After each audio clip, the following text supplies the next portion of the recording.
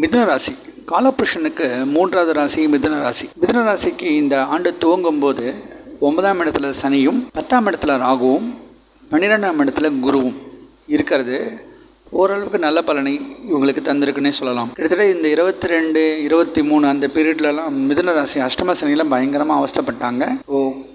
கடந்த ஒரு 2.5 வருஷமாக ஓரளவுக்கு நல்ல பலன் கொடுத்துட்ருக்குன்னே தான் சொல்லலாம். அதிலும் குறிப்பாக 9ஆம் இடத்துல இருக்கக்கூடிய சனியால் எதிர்பாராத அதிர்ஷ்டம், தந்தை வழி சொத்துக்கள்லாம் சில பேருக்கு கிடச்சிருக்கும்.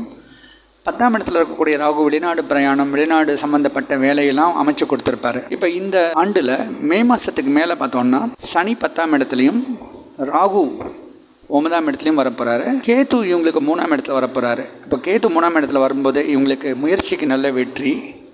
ஒரு சிலருக்கு ஆலய திருப்பணிகளுக்கெல்லாம் நிறைய முயற்சி எடுத்து வெற்றி அடையக்கூடிய ஒரு யோகம் கடைசி 8 மாதம் ரொம்ப சிறப்பாக இருக்கும். நிறைய ஆலய வழிபாட்டுக்காக பிரயாணங்கள் மேற்கொள்வாங்க. நிறைய ஷார்ட் ட்ரிப்ஸ் போவாங்க. 3ஆம் இடத்துல இருக்க கேதுனால சில பேருக்கு இளைய சகோதர சகோதரிகள் மூலமாக ஆதாயம்லாம் கிடைக்க வாய்ப்பு இருக்குது. முயற்சிக்கு நல்ல வெற்றி கிடைக்கும். குறிப்பாக இந்த ராசியில் இருக்கக்கூடிய ஸ்பிரிச்சுவல் ஸ்பீக்கர்ஸ், ஆன்மீக சொற்பொழிவாளர்கள், பட்டிமன்ற பேச்சாளர்கள், இவங்களுக்கெல்லாம் நிறைய வாய்ப்புகள் வர அமோகமான ஒரு காலகட்டம்னே சொல்லலாம். 10ஆம் இடத்துல வரக்கூடிய சனியால் நிறைய பேருக்கு புதிய வேலை வாய்ப்புகள்லாம் கிடைக்கும். குறிப்பாக ஒரு சிலருக்கு வெளிநாடு பிரயாணம் அமையும். வெளிநாட்டில் போய் வேலை செய்யக்கூடிய யோகம் இன்னமுமே கண்டினியூ ஆகும். இப்போது சனி 9ஆம் இடத்துல இருக்கும்போது, ராகு 10ஆம் இடத்துல இருக்கும்போது என்ன மாதிரி பலன் கொடுத்தாரோ அதே போல் தான் இவங்களுக்கு இன்னும் ஒரு சிறப்பான யோகத்தை கொடுக்கும்னே சொல்லலாம். ஆனால் இவங்களுக்கு முக்கியமாக என்ன விஷயம் பார்க்கணுன்னா, ராசியிலேயே வரக்கூடிய குரு இதனால் வரைக்கும் விரயத்தில் இருந்த குரு இப்போ ராசியில் வருது. இவங்களுக்கு ஒரு திக்பலம் போல் நல்ல ஒரு தைரியம், தன்னம்பிக்கையெல்லாம் கொடுத்துரும். உடல் ரீதியான நல்ல ஆரோக்கியத்தை கொடுத்துரும். முயற்சிக்கு நல்ல வெற்றியை உங்களுக்கு தேடி கொடுக்கும்னு சொல்லலாம். குரு இருக்கக்கூடிய இடத்துலேருந்து 5, 7, 9 இந்த இடங்களில் பார்க்குறதால திருமணமாகாதவர்களுக்கு திருமண வாழ்க்கை அமையக்கூடிய யோகமும், குழந்தை பாக்கியம் கிடைக்கக்கூடிய யோகம்லாம் இந்த ஆண்டில் நிறைய பேருக்கு இருக்கும்னு சொல்லலாம். இப்போ ரொம்ப நாளாக குழந்தை பாக்கியத்துக்காக காத்திருக்கிறவங்களுக்கு நல்ல குழந்தை பாக்கியம் அமையும். திருமணத்திற்காக காத்திருக்கிறவங்களுக்கு நல்ல திருமண வாழ்க்கையும், பிரிந்த தம்பதிகள் சேர்ந்து வாழக்கூடிய யோகம், ஒரு சிலருக்கு மறுமணம், லவ் மேரேஜ் எல்லாம் நடக்கக்கூடிய யோகம்லாம் நிறைய பேருக்கு இருக்குது. அப்போ ஒரு சிலருக்கு தந்தையார் வழி சொந்தங்களோட ஒரு காதல் திருமணம் அமையறதுக்கும் சான்சஸ் இருக்குது.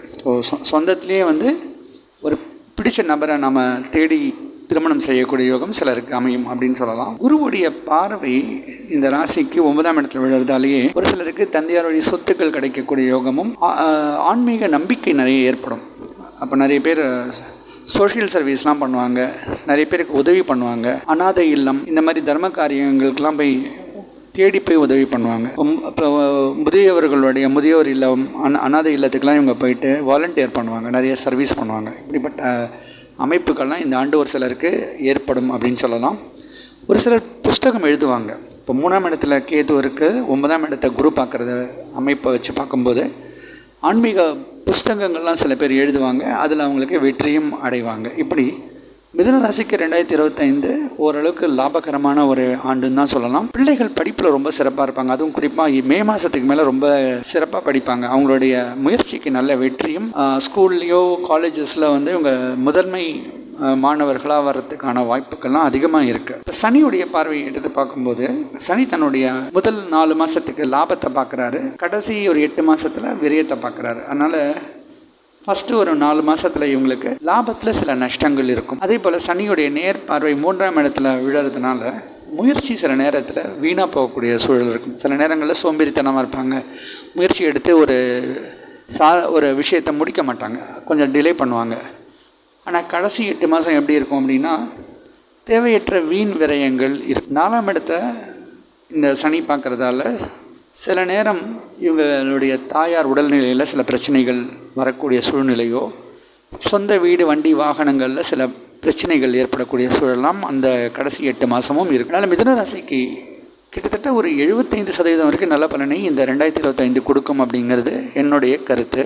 மிதுன ராசிக்கு இந்த 2025ஆம் ஆண்டில் 6 வரவு 4 செலவுகள், கிட்டத்தட்ட 60% நல்ல விஷயங்களும் 40% சில கெட்ட விஷயங்கள் நடக்கிறதுக்கான சூழ்நிலை இருக்கும். அதுலேயும் குறிப்பாக பார்க்கும்போது மிருகசீரிஷ நட்சத்திரம் செவ்வாயுடைய 3, 4 பாதங்களுக்கு சுமார் 75%, ராகுவுடைய திருவாதிரை நட்சத்திரத்துக்கு சுமார் 80%, குருவுடைய புனர்பூச நட்சத்திரம் 1, 2, 3 பாதங்களுக்கு சுமார் 75% வரைக்கும் நல்ல பலனை தரும் அப்படிங்கிறது என்னுடைய கருத்து.